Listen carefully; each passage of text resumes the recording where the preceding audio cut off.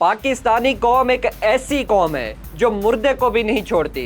वो भी चाहती है कि मुर्दे से भी किसी ना किसी तरीके से पैसा कमाया जाए। जी हाँ नाजरीन, एक वाकया पेश आता है रावलपिंडी के थाने गोजर खां में, जहां पर एक कब्र के ऊपर दरबार बनाने का तनाजा खड़ा हो जाता है। उस मैयत के एक अजीज का कहना है कि ये मैयत मेरे ज्यादा अजीज की है, इसके ऊपर दरबार मैं बनाऊंगा। जबकि दूसरा अजीज कहता है कि नहीं, ये कब्र मेरे ज्यादा अजीज की है तो मैं इसके ऊपर दरबार नहीं बनाने दूंगा। ये कब्र थी इशफाक नामी एक बुजुर्ग की, जो 3 मार्च को फौत हो जाते हैं। फौत होने के बाद उन्हें थाना गुजर खां के एक इलाके में दफना दिया जाता है।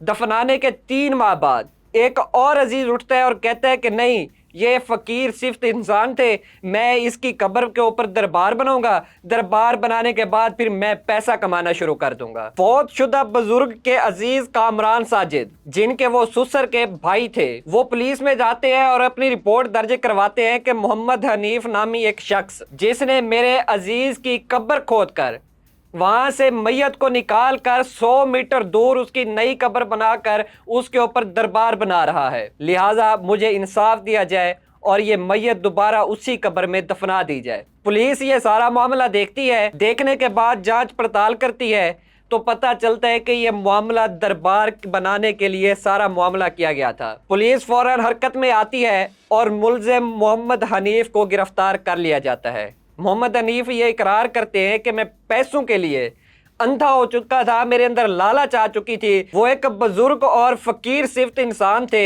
मैंने सोचा कि उसकी कब्र के ऊपर दरबार बनूंगा, दरबार बनाने के बाद मैं पैसा कमाऊंगा, मेरी जिंदगी आराम सुकून से और अय्याशी से गुजरेगी।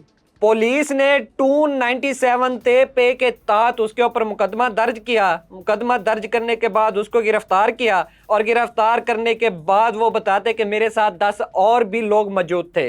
पुलिस उनको भी पकड़ने के लिए कोशिश कर रही है, उनके खिलाफ भी मुकदमा दर्ज हो चुका है। इसके बाद ये मामला जो था वो सारा अदालत में जाता है। वुरसा की दरख्वास्त और अदालत की इजाज़त के साथ उस मैयत को दूसरी कब्र से निकाल कर पहली कब्र के अंदर दोबारा दफन किया जाता है। इसी के साथ साथ अपने मेज़बान वकास मलिक को दीजिए इजाज़त। नाजरीन, अगर आपके भी किसी ऐसे एरिया में, इलाके में इस तरह का कोई वाक़या पेश आया तो कमेंट सेक्शन में हमें ज़रूर बताइएगा।